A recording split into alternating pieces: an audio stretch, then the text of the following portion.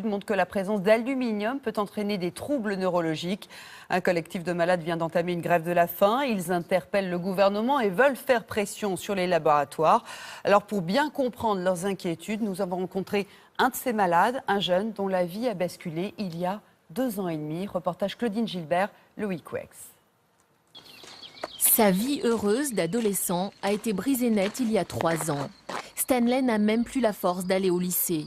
Son dernier vaccin, à 16 ans, contre la diphtérie, le tétanos et la polio, a fait de ce brillant élève de première S un jeune handicapé. Un mois après le vaccin, subitement, un dimanche, j'ai pas pu me lever, j'étais cloué au lit.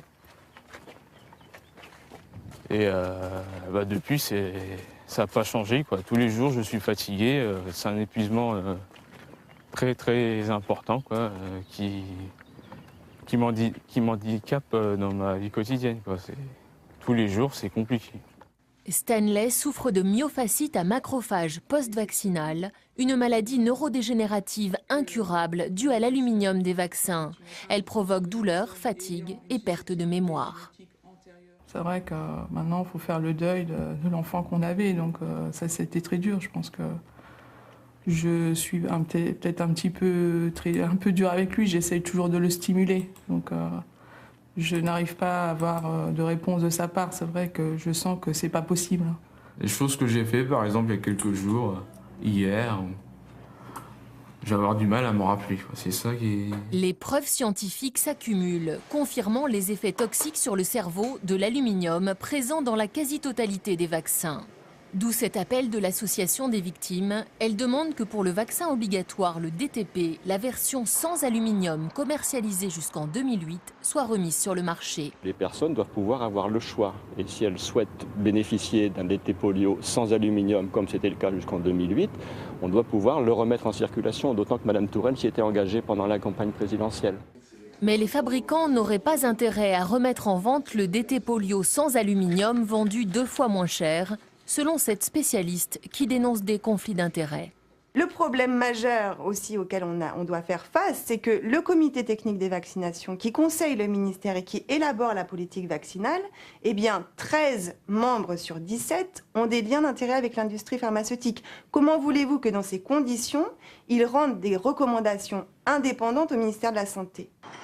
Le ministère et la Direction générale de la Santé ont décliné nos demandes d'interview. À Argenton, Stanley, autrefois très sportif, passionné de foot et de course à pied, doit se résigner à vivre au ralenti. Ses rêves se sont volatilisés.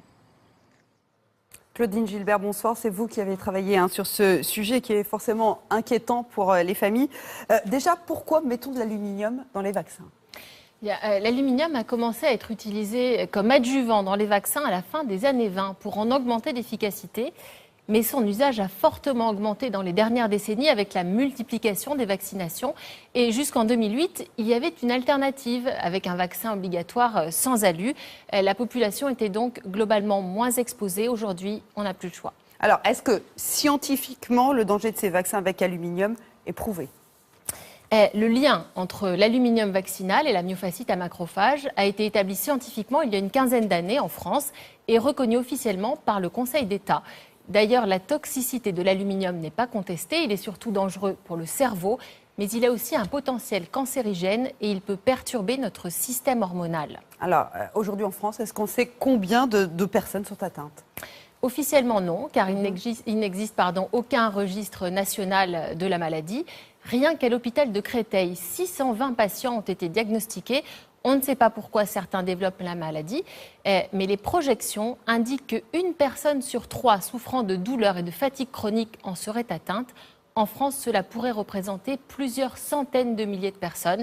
Les chercheurs demandent donc à l'État de financer une étude épidémiologique pour le vérifier. Une affaire bien sûr qu'on suivra dans le 19-20. Avant